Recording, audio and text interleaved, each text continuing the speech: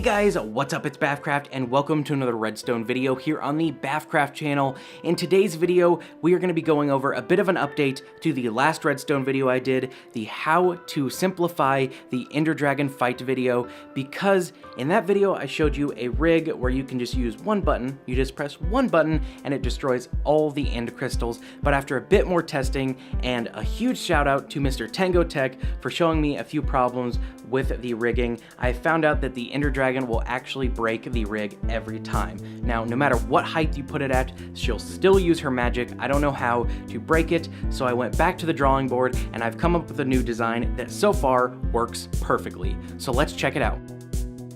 So guys, here is the new design. You see a lot of similarities, like the iron blocks going all the way around. The only real difference is the location of it.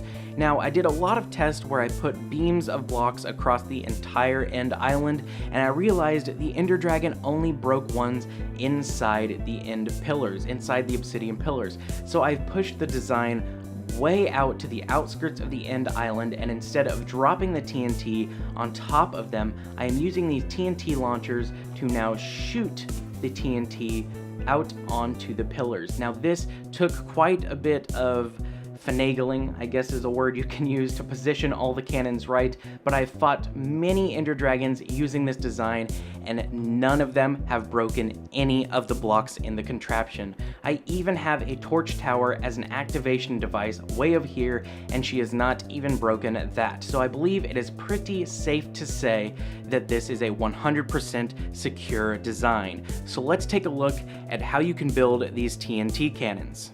Alright guys, so here we are in our test facility so I can show you guys how to build this simple TNT cannon. The first thing you want to do is place a dispenser facing straight down up in the air, and then you can fill it with all of your TNT.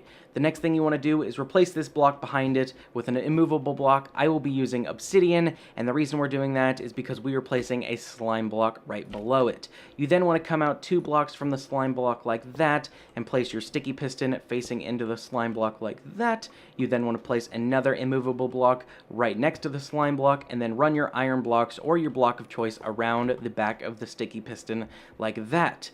You then want to take your redstone and put 2 pieces of redstone there, pieces of redstone there, there, and 1 on top of your dispenser. You then want to take a redstone repeater and set it right here next to the piston, set to 3 ticks. The next thing you want to do is place a button right there, and you are done. So if we hit this button, you see the TNT is launched onto our test obsidian pillar and will blow up the end crystal. Now, you're not going to be using a button right here as your input. Your input needs to come in to this piece of redstone right here. So you can run your redstone in just like this, and the reason we're doing it right here is because you need to make sure that you have the 3 ticks of delay, and if you run it into this redstone here, you won't have that delay. You could also run it in from this side right here. The only thing you want to make sure you do is when you reach this redstone, pop a repeater right there and then continue on so you don't link to this redstone, and then your output to go to the next cannon can come from this redstone line right here or this redstone line right here. It really does not matter. So all you have to do is daisy chain all of your obsidian and TNT launchers. I don't know why I just said obsidian there, but you want to daisy chain all of your TNT launchers together, pointing right at the obsidian pillars, and you are done. You can then build your torch tower to line them all, or to as an input device. I don't know what I'm talking about right now. I'm having trouble speaking.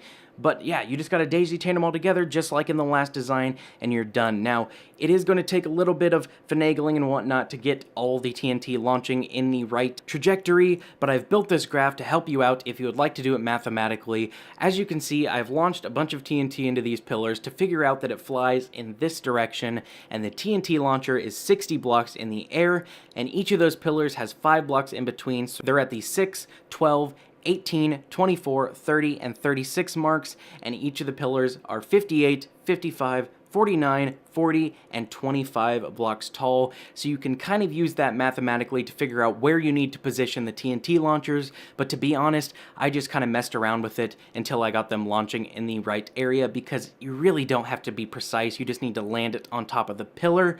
So that's pretty much it, guys, and you can see how I have linked it up here in the actual contraption. Just like I said, your input is here, and then you do the output here, and it's just like the old contraption. You run your redstone all the way around, making making sure you put the repeaters in the right areas. But to end the video, guys, I'm going to fight the Ender Dragon in survival mode so I can show you guys that this actually works. Alright guys, so here we go. In survival mode, we're going to go ahead and respawn in the dragon so I can fight her in survival mode and show you guys that this really does work. Now, if you're wondering what the vignette is on my screen, that is the pumpkin mask that I am wearing to make sure that the Endermen don't attack me. I've just changed the texture so you guys can still see, but we're going to go ahead and spawn her in by placing those down, then run over to our torch tower immediately and get ready to push the button as soon as all of the crystals spawn in. Now, I want to show you guys, if I hold down the tab button, you can see my name pop up there to show that I am in a server right now, because that is another thing I noticed while testing, that she did behave a bit differently, because in my single player world, I actually got the old design to work fairly well, and then when I built it in a server, it failed miserably. So here we are in a server, as you can see, working well. The TNT is raining down, destroying all of her crystals, so she can have no regeneration, and it is looking good. So let's eat our overpowered food here and get ready to kill her. Come on in. Here she comes. No dragon's breath. Alright, come on, land. Where's she at? There she is. Come on. More dragon's breath.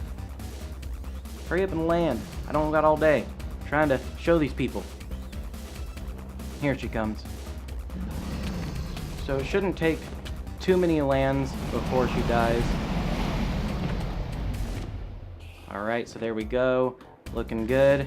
She's already losing quite a bit of health. Now, I've got a sharpness 666 sword, so that is playing quite a bit into how she's dying quickly. Because I don't got all day, Ender Dragon. Come on. Here she comes to land. This might be the end. This could be the end. Come on. There she goes. And she is done, and she is spinning all over the place. Look at that, guys. That is strange. Let's go ahead and head back into game mode 1 so we can fly up here, pull off our pumpkin because it's distracting, and you will see the torch tower is 100% intact. All the torches going up, and you can see that there are 0 blocks missing all around the entire contraption, and we can prove that by hitting this button right here, and you should see the TNT fire all the way around. So as you can see, it's loading in over there, and it'll come over here, and all of these are firing. So there you go, guys, an entire Ender Dragon fight with no broken blocks.